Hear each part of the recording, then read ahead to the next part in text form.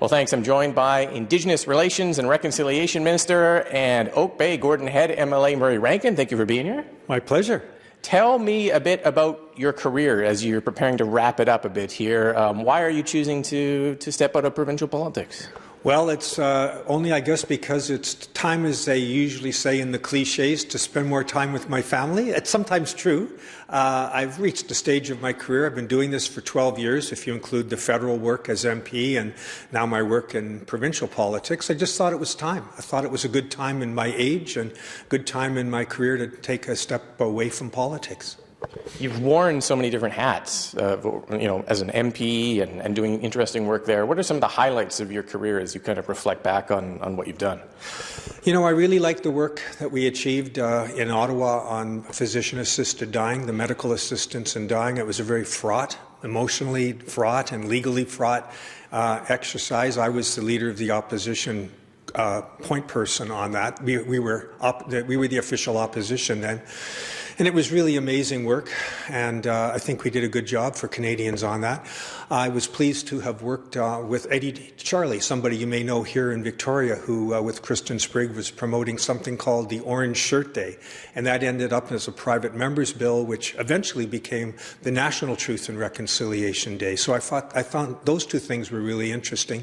And then the Prime Minister asked me to chair the National Security and Intelligence Review Agency. That was the first time that was a brand new act, a brand new agency overseeing the whole national security apparatus. That was fascinating. Did that for a couple of years, and then I decided I'd take a run at provincial politics. How has moving to provincial politics and becoming a cabinet minister compared to what you thought it was going to be? Well, the old cliche is that a bad day in government is still way better than a good day in opposition. I think that's true. I love being able to make a difference here in government, doing things I care about on the Indigenous relations file, for example. But I must say, I really like federal politics. I like some of the issues, national security issues being one, of course, but worked on tax havens, worked on criminal justice reform. Those things still attract me. Is this it for you for politics? Do you want to take a run at Oak Bay Council? Do you want to be Strata President Head, or are you totally out of politics, or what do you think? Everything is politics at one level, I suppose. But no, I think I'm done with organized politics. I don't know what I'm going to do.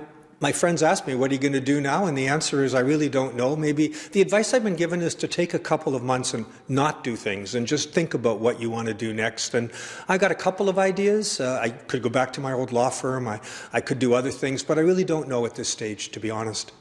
What's it been like serving between kind of two different premiers here, John Horgan, David Eby, the sort of change in kind of the government while you've been here? Yeah, they both have been so supportive of the work in my ministry on Indigenous relations and reconciliation. John was the premier after we had the unanimous support for the UN Declaration on Rights of Indigenous People. And I have to say that Premier Eby has been just as strong in his support. You may remember he was sworn in famously in Musqueam territory, and I really enjoyed working with them both. I think the cabinet is really strong. I know you're going to expect me to say partisan things, but the truth is we've got such a great caucus, such a great team. It's been really a pleasure working here. When you look back on being the minister at such a consequential time, the implementation of UNDRIP, developmentation of it.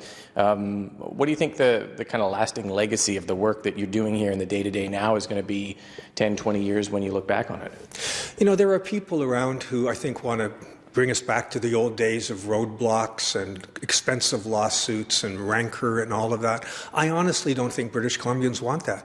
I know the outpouring after the residential school things, the enormous amount of support we have for the reconciliation agenda. I think people want this work to continue. I think British Columbians want that. So having an action plan, which I'm responsible for across government, almost 90 or 80 things that we've agreed to do together, every ministry, to make life a little better. I think those things are going to be lasting, and I think people want that reform. Great. Thank you for taking the time. Congratulations on your career. Thanks so much. Nice to talk to you, Rob.